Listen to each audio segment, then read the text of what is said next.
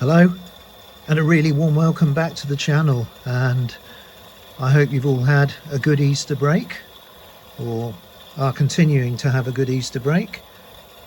I've managed to get a bit of fun up at the railway and I'm going to share it with you today. And on the rolling road is the X.337 power bogie. Now, I featured this in a video a little while ago. I said I was going to do something with this Airfix motor I'd come across. Well, I have. So to check this out, there's the remains of the Airfix motor, taken the armature out. Now if you look at the inset picture, you'll see the Airfix armature with ball race bearings and worms ready for installation. So the actual build-up of the armature went quite nicely. I'll just move these out of the way. Now in this picture, hopefully you can see that the armature unit is sitting in the power bogie. Now when I put it together, I used these bearings. So there you go, 332 single flange ball race bearings. I did notice that one of the bearings in this set, before I even got it pressed on the shaft, it felt a little bit rough, and indeed I'm not 100% happy with it. I think it might have got a slight manufacturing defect. There's a little bit of noise and a slight roughness, and it's coming through as extra noise running in the bogie, but I hadn't got a spare, so I decided to carry on building it up. And the bogey's looking good now. Lots of the parts of this bogie were really badly damaged. There was some melting on the plastic, no brushes, so I've just built it up out of odd bits. Here's the original triang armature, but it's running really smoothly. I've got it at a slow speed, so I'm hoping that we'll get it on the layout. Now the history of this bogie is that it came as part of this Loco, which I actually bought for spares. And I've discussed this with other modelers. Sometimes you buy something for spares and then you look at it and you think, well, I just don't really want to take it apart. It's got all its buffers. I know it looks a bit play worn, but it's a great Loco. The roof's damaged, but I'm going to make something of it. It was all cracked here. I've now glued it, many cracks, so I think it's going to be okay. And I've also changed this bogie. I've put one with pickups so I can get a little bit of better running, because we're going to do some slow running with this Loco today if I can get it onto the layout. Just look at the condition of the original trailing bogie. Here it is. Here's what's left of it. When I got it, you can see someone's tried to get the wheels out and they've cracked it, and it's in a sorry old state. So it was a spares Loco, but I hadn't got the heart to condemn it to its final trip to the scrapyard. I suppose I could have taken the buffers off and maybe the weight or a few other bits. The glazing is what I really wanted, but you can make your own. So I'm going to put it back together. I'm going to get this bogie in, I'm going to solder the wires up, and we're going to have a bit of fun with it around the layout. So join me in a minute and we'll see just what this can do on the Super 4 layout. Okay, well here's the Class 31. And it doesn't look too bad, does it? I'm really pleased this hasn't been taken apart for its buffers and other little bits. And it's probably, for less than £25, a really interesting Loco. So I mean, if I were to work out what I've spent money wise on it, the Loco itself was, I think it was either £8 or £10 as a scrap Loco. My motor was I think that was around a tenner. And then the bogie with the pickups was out of a rummage box for £1 or so. So the bearings as well, not expensive. So let's have some fun with this hybrid. So can I get it to move away slowly? That's the thing. I want slow, powerful controllability with this Loco. Now that's not too bad for my 1960s based power bogie. So look, here's some diamonds, the old Super 4 diamonds. If you can get something to run over Super 4 diamonds like that, you're not doing too badly. I'm a bit disappointed in the slight noise from the bearing, so all of you that think it's a shame he didn't show us that motor bogey build a little bit more comprehensively, well, I guess that I'll succumb to buying another pair of bearings and swapping them out, so I'll try and document that better. So we will revisit it, but look, let's let it creep around the layout. Let's see what we've got we could try out on it. I've had an idea, so I've positioned some things around the layout. We've got the car transporters from the other week. They're uncoupled and in the inner of the double track loops, and the car ticks are over on the back, on the inner of the two main lines, the upward main line.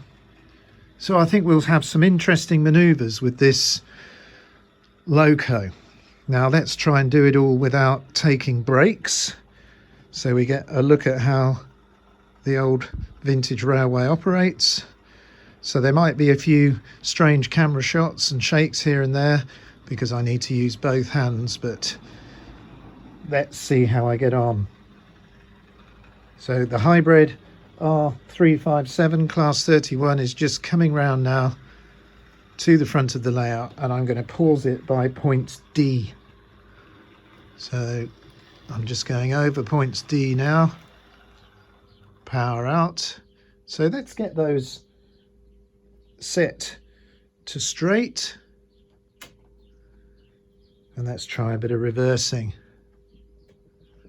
So I'm just going to put the small, still getting used to the way this moves off, so we're just going to back up to this as smoothly as possible.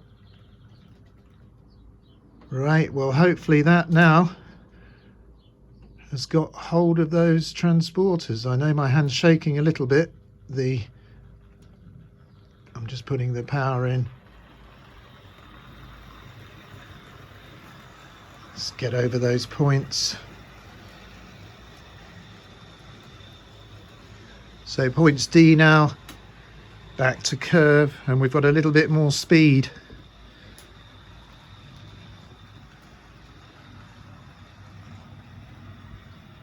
That's getting nicely.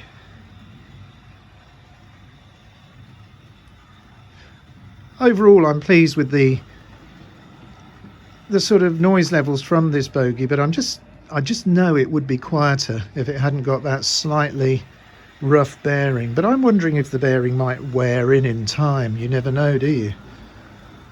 Right, let's get the power off a bit now,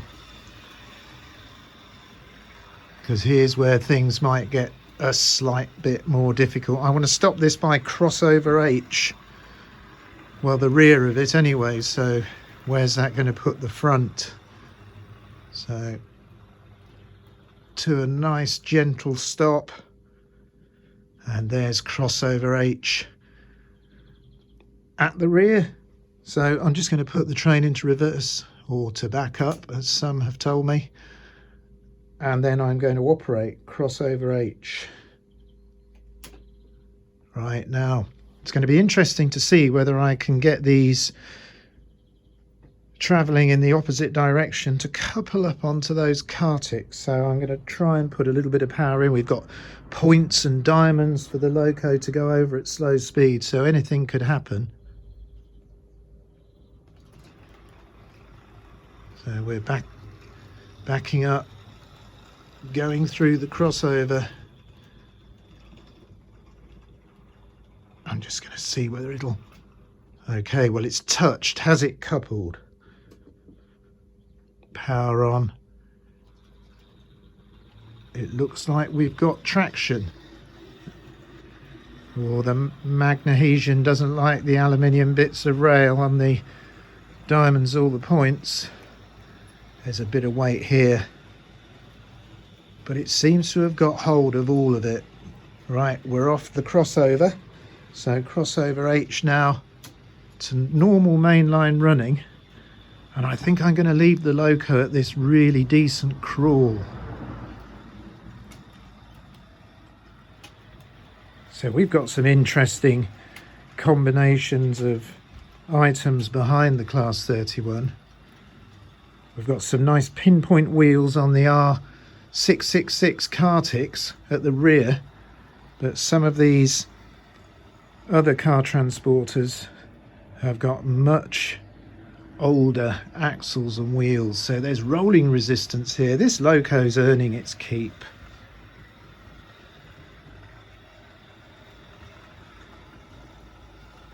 Well, I'm quite pleased with that manoeuvre, no derailment so far.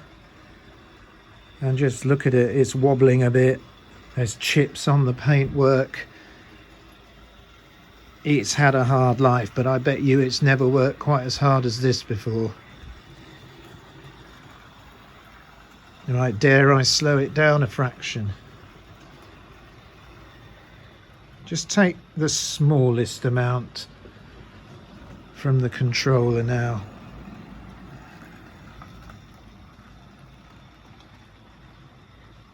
That 5-pole Airfix armature, just showing you the difference. The smoothness, the torque here is tremendous. Pulling around this third radius curve, we've got all these wagons. Just going under the first girder bridge. This is tremendous fun.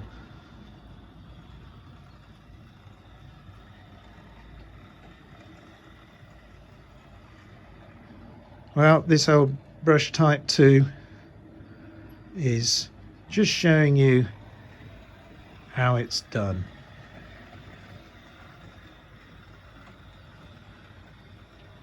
Now I think if this gets all the way around again, we'll give it some company. There's a little J83 ready to come out onto the upward main line with a few wagons behind it. Let's just see, is it going to get stuck on the alloy bits of points? Ooh, wheel slip, but then it gets going again. Just wonder if I can back up a bit so you can see this long train.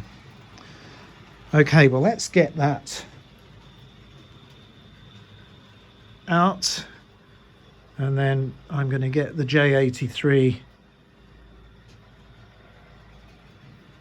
Actually, it's facing the wrong way, I've noticed, so it looks like it's going to be the wrong way around the upward main line. But these are just models, and I think it's been cleared to run this way. Whoops, just slight hesitation there.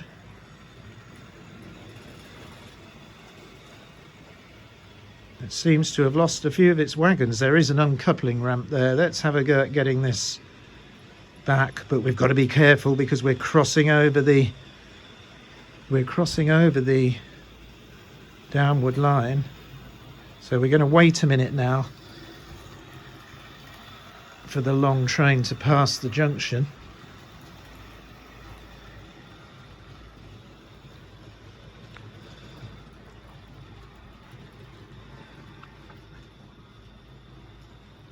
It really does take some time for all these wagons to go by.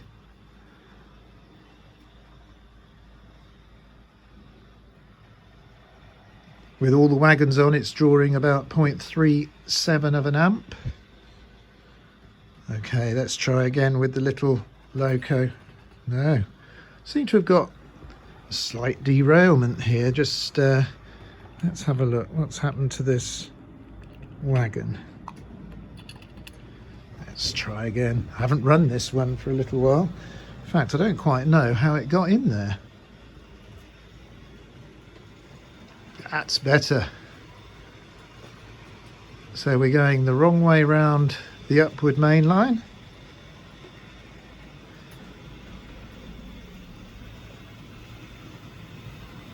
And I'll set it a bit faster so it eventually catches up with this super slow car transporter.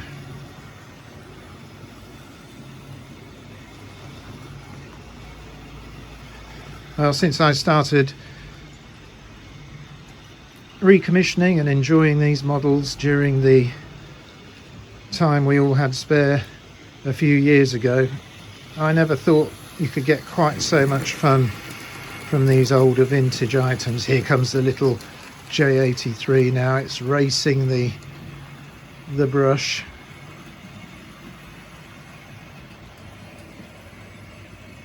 Right, I'm going to slow it down a bit, see if I can get them running at similar speeds.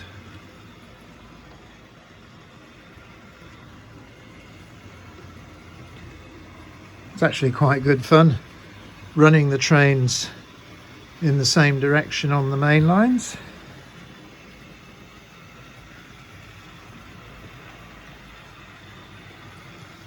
Looks quite nice seeing them together.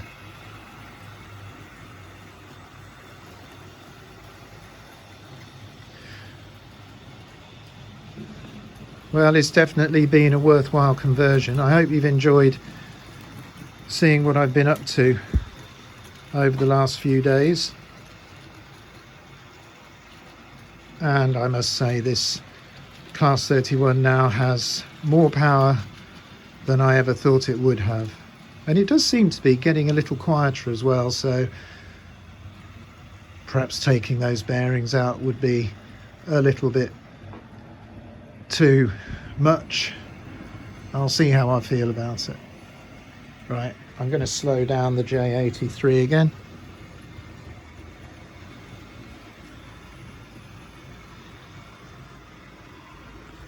And we'll have some super slow running to end the video. So thanks for looking at the channel. I'm going to leave you with these two Locos on the Triang Super 4 vintage layout, and until the next video, I'll say goodbye.